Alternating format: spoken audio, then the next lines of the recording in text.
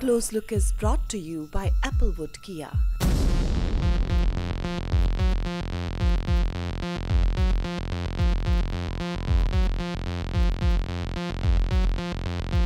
Two locations in Surrey and Langley. Applewood Kia.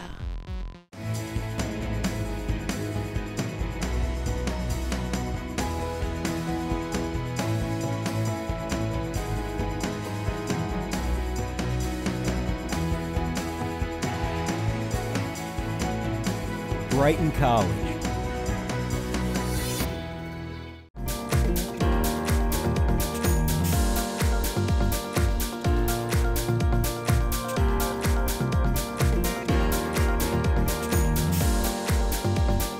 Park Avenue West.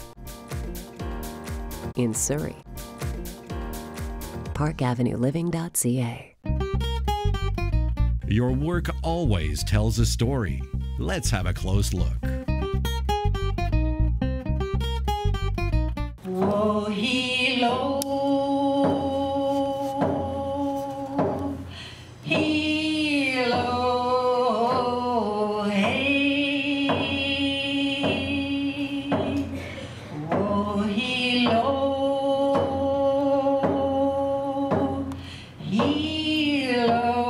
hello, hey.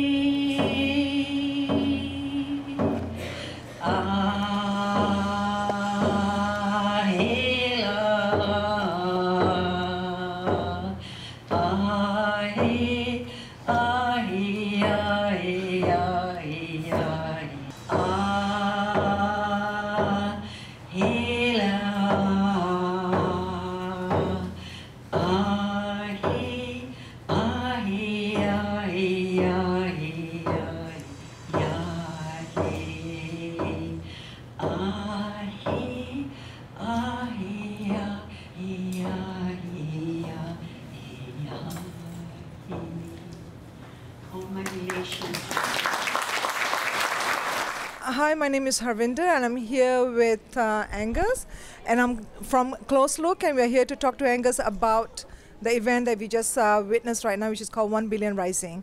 Angus, thank you so much for talking at the event today. I really enjoyed what you were talking about and the initiative that you have with your football teammates that you're working on. Can you tell us about that? Yeah, our program is called Be More Than a Bystander, and obviously violence against women has been an ongoing problem that doesn't seem to be getting better, but now we've come up with a program that tries to take the proactive approach with Be More Than a Bystander, looking at maybe the 99% of youth out there that aren't committing these acts, but trying to encourage them to start doing something about it, to start looking beyond their own day and just trying to avoid issues, and start looking around and saying, how can I help?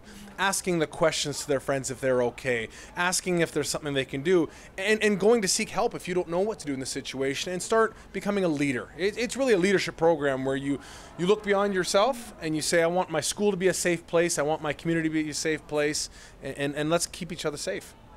That's amazing. And you've been going all over BC. You were saying you're up north and everywhere else as well? We're in our 4th year now, and we travel everywhere. So I think we've done about 30 schools a year, and that's growing. Obviously there's a cost involved, so the more funding we can get, the further we can travel. But, we've been Fort St. John, we've been Prince Rupert, Prince George, into the interior through Kamloops, Kelowna, Vernon, obviously the Lower Mainland, and we're trying to reach every single part of the province. And I think because we're doing it every year, about every 3rd or 4th year, we got to go back to the same place we've been to, because it's a new set of kids that are coming through, and you can't just start a movement and then stop it. You got to keep it going so it builds its own momentum. So there'll become a time where it just becomes reality, right?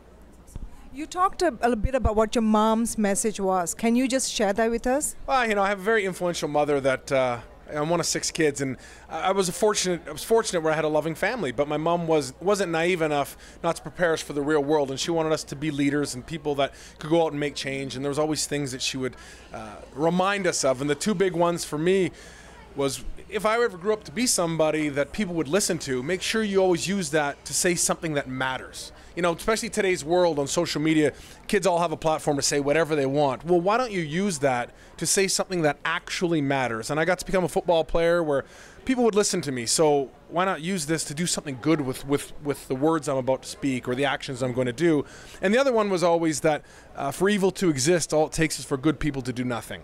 And that really ties in with the be more than a bystander, because you know, if you're not doing anything to help the situation, why would it get better? And most people consider themselves good people. But are you really going out of your way to help stop problems? Or are you just trying to say, well, I don't do these things, I'm a good person? Well, we need more than that now. We need people to start looking for ways to help, to make their friends safe and their school safe, and make it a better place. Thank you so much, Angus. Really appreciate your message. Welcome. You're welcome. Thank you.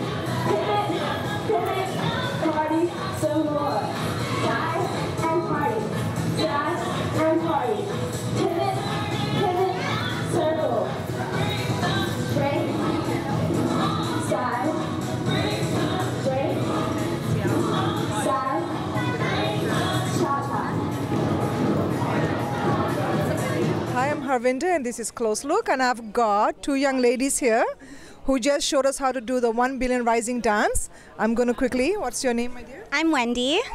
And I'm Francesca. Francesca. Well, Wendy and Francesca actually taught everybody in the room just now, over 100 people, how to do the 1 billion rising dance, and they're going to do a quick one with us. Okay, yeah. Here we go. Let's go, ladies.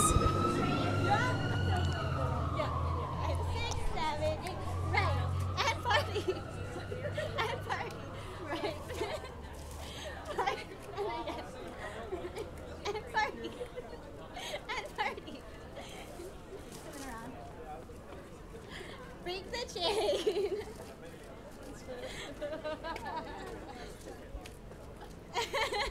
That was awesome, ladies. Thank you so much. I know it's a little bit of like camera shy and you guys were a little bit shy, but you guys did really, really well. So we're going to share this with our audience and they are going to learn from you guys. Thank you so much. Sounds good. Thank you. This is Angus Reid here with Harvinder, and you have been watching Close Look. You got that right. Hi, I'd just like to thank everybody for coming out today. This is going to be hard for me. It's a very emotional thing that we're fighting here. As Robia said, my violence and abuse started at the age of 5. I was molested as a child by my father. I was physically, mentally, and sexually abused. And I reached out to my mother, and she told me I was a liar and a dirty little girl, and would bathe me in bleach. I met my husband at the age of 19, and it was love at first sight. At least I thought that's what it was.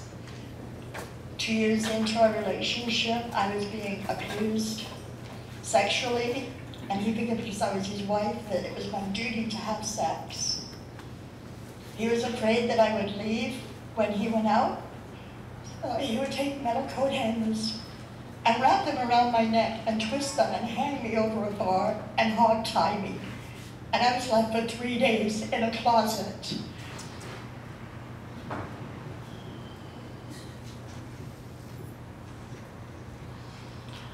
I'm also an ex-sex trade worker.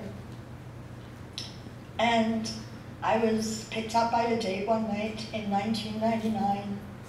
And by the grace of God, I am here. I have nerve damage in my hand. I cannot straighten out my hand anymore. I have nerve damage in my arm. I was sliced from hip to hip. I crawled across King George Highway, hoarding in my guts. I died outside the front room. And as I went towards the light, I heard a voice tell me it was not my time. I'm here today to speak out to all women. If somebody's abusing you, don't hold it in. You need to tell people. I never shared any of my stories with any police. And my pledge today is to help any woman out there that does not have a voice. I will be their voice. Thank you. You're watching Close Look. In English, my name is Kamal. If I was in a Punjabi congregation, I would be Kamal. Thank you, Balbir, for your kind invitation. Thank you all for coming.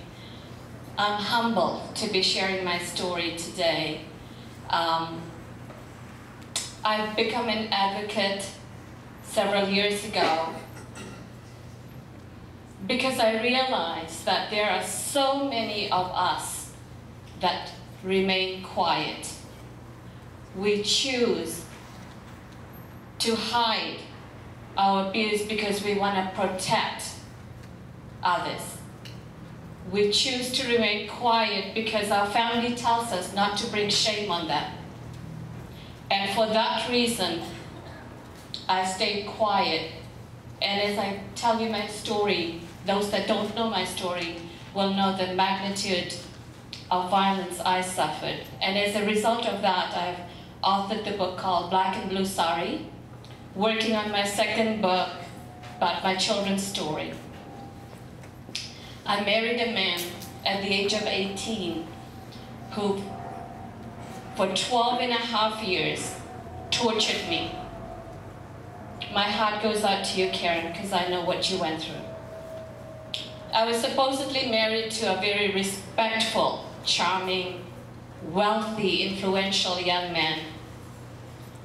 The day that I was married, the night of my honeymoon, I was violently raped and taken to emergency. From the wedding night onward, I was subjected to emotional, physical, and sexual abuse, which occurred several times per week. He even attempted to kill me numerous times. As a result of his beatings and his rage, and I now live in constant pain with an artificial jaw. I've had 10 multiple jaw surgeries and a couple of heart attacks due to that. I'm still haunted by those flashbacks.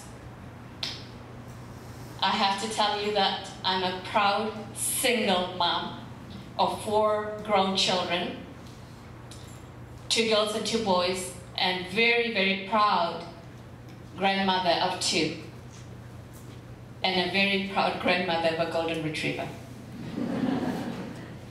One of the reasons I share my story publicly is because I want people to know that it is not their fault.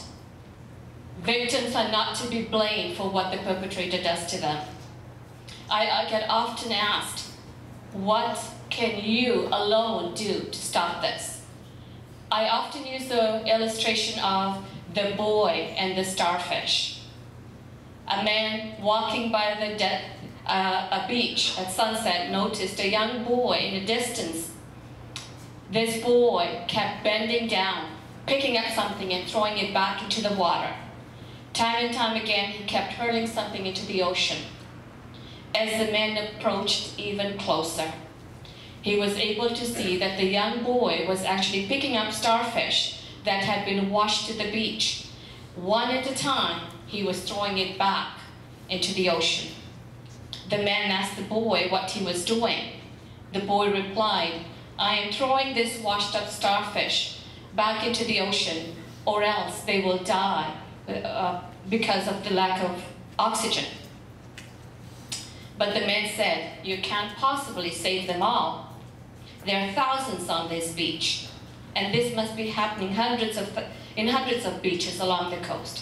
You can't possibly make a difference." The boy looked down, bent up and picked another starfish and threw it back into the ocean, and he replied, "I made a huge difference to this one." Each one can reach one. That's my motto. In a similar fashion to this young boy, I try my best through my stories, through my workshop, to expose the violence and to make a positive outcome. As a mother of 2 boys, I've raised them to respect women. In fact, I train the new recruits at JI, and some of probably you are here today that I've trained in domestic violence. I'm also very proud to say, nothing against Delta Police, that my youngest son, his wife works for Mayor Jackson, is now an RCMP. So when I go to JI, I often say, "You guys are the best," but when I go to RCMP, I tell them.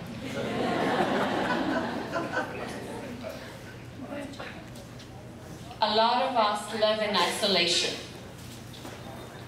One of the tactics our abusers use is to isolate us from family, from friends. As I go around speaking, I always tell people, neighbors, to ensure that your neighbor whose blinds don't open, who does not make eye contact with you, that needs to be a concern. I was that woman who was not allowed to make eye contact. I was that woman that did not open the blinds. Don't call her a snob, and don't call that man charming, such a nice guy. You have no idea what happens behind those closed doors, and I speak from experience. I could go on and on, but I'll just give you, I was given 5 minutes, but when I looked at the sheet, there was 6, so they added 1 more minute to my speech. My husband not only tried to kill me, and I'll tell you what he tried.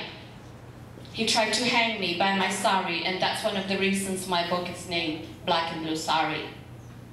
He tried to poison me by Lysol, shoving Lysol into my mouth. He doused me with kerosene. He starved me. I too, where's Karen gone? I too was locked up. I had to leave my 4 children, little ones, behind with my tormentors, which were my in-laws.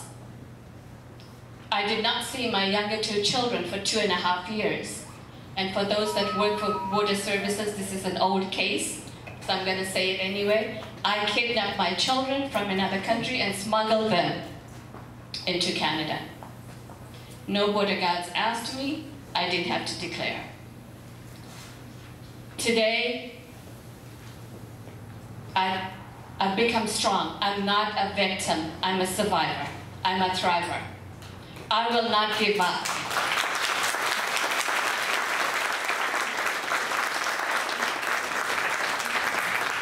And yay to Stephanie for running down this ramp. If you can do it, we can do it. As I close, I want to ask you all to join me and be that guardian for somebody. Do not ignore. Today I challenge you to find somebody in your neighborhood, your workplace, and keep in touch with them, even if they do not want to talk, because we victims don't trust.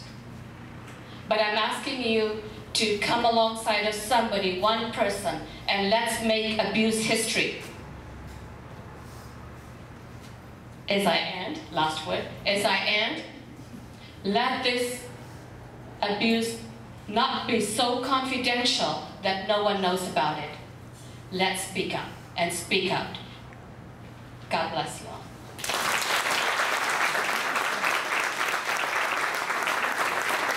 We're stripped to silence and you're watching Close Look.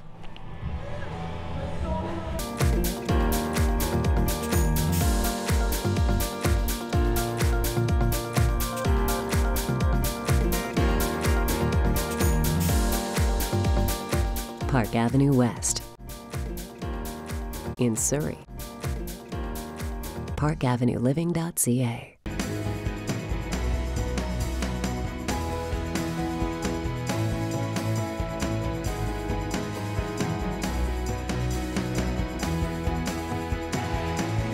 Brighton College. Close Look is brought to you by Applewood Kia.